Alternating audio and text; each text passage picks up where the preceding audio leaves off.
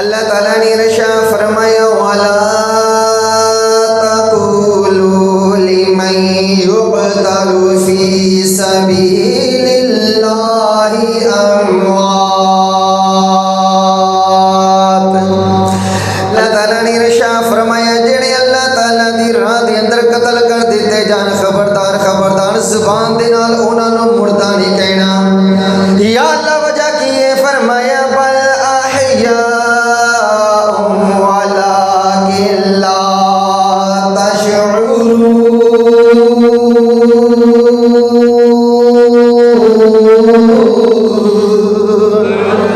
فرمایا بلکہ او زندہ نے ولکن لا تشعرون، تھانوں انہاں دی زندگی دا شعور ہے ہی کوئی نہیں۔ ذرا غور کرنا، ایک بندہ اللہ تعالی دی راہ وچ لڑتا ہے، لڑدیاں لڑدیاں او دا قتل کی ہوندا ہے؟ جسم کے روح، سارے دس کی قتل ہوندا ہے؟ جسم، روح تے نہیں قتل ہوندی، جسم قتل ہوندا ہے۔ رب فرماندا ہے وَلَا تَقُولُوا لِمَن يُقْتَلُ فِي سَبِيلِ اللَّهِ، جڑے اللہ دی راہ وچ قتل کر دیتے جان خبردار انہاں نوں تسی یہ نہیں کہنا اموات کہ اے مردہ نہیں۔ جسم قتل ہوندا ہے تے رب کی کہندا ہے اے جسم نوں مردہ نہیں کہنا، بل احیاء، بلکہ اے زندہ نہیں، وَلَٰكِن لَا تَشْعُرُونَ، تھانوں انہاں دی زندگی دا شعور کوئی نہیں۔ پتہ چلیا جیڑا بندہ ہووے میرے آقا علیہ السلام دا غلام اللہ تعالیٰ دی راہ وچ لڑدیاں لڑدیاں قتل ہو جائے، رب کہندا اینوں مردہ نہیں کہنا، یہ کی ہے؟ زندہ ہے۔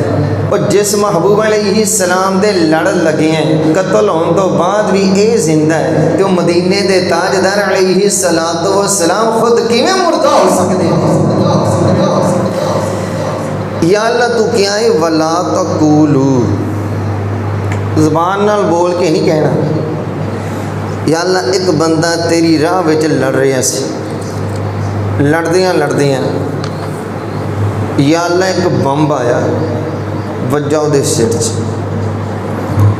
کی تھڑے اڑ گئی، یا اللہ ہڈی نہیں بچی، بوٹی نہیں بچی، تو کیا ہے جنہ تیری راج قتل ہو جائے انہوں زبان دے نال مردہ نہیں کہنا۔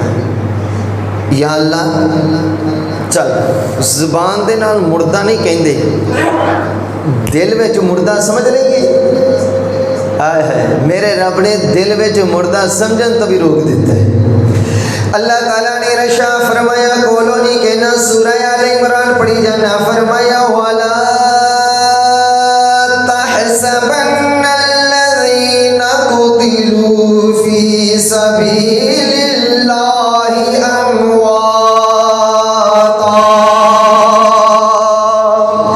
فرمایا جڑے اللہ تعالیٰ دی راہ دے اندر قتل کر دیتے جان خبردار خبردار انہاں نوں دل دے اندر بھی مردہ نہیں سمجھنا۔ یا اللہ وجہ کی ہے؟ فرمایا بل احیاء عند ربهم يرزقون۔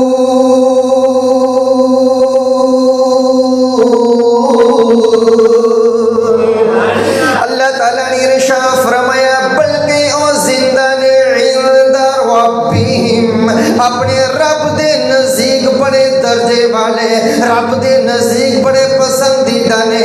اللہ تعالیٰ نے ارشاد فرمایا اینے پسندیدہ نے عند ربهم يرزقون،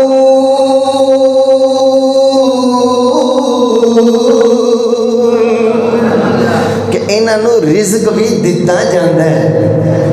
ذرا غور کرنا، بعض ادھا ترجمہ ہوتا ہی کرتے ہیں بل احیاء، بلکہ وہ زندہ نہیں، عند ربهم، اپنے رب دے کول زندہ نہیں، یرزقون، تے انہوں رزق دیتا جاندہ ہے۔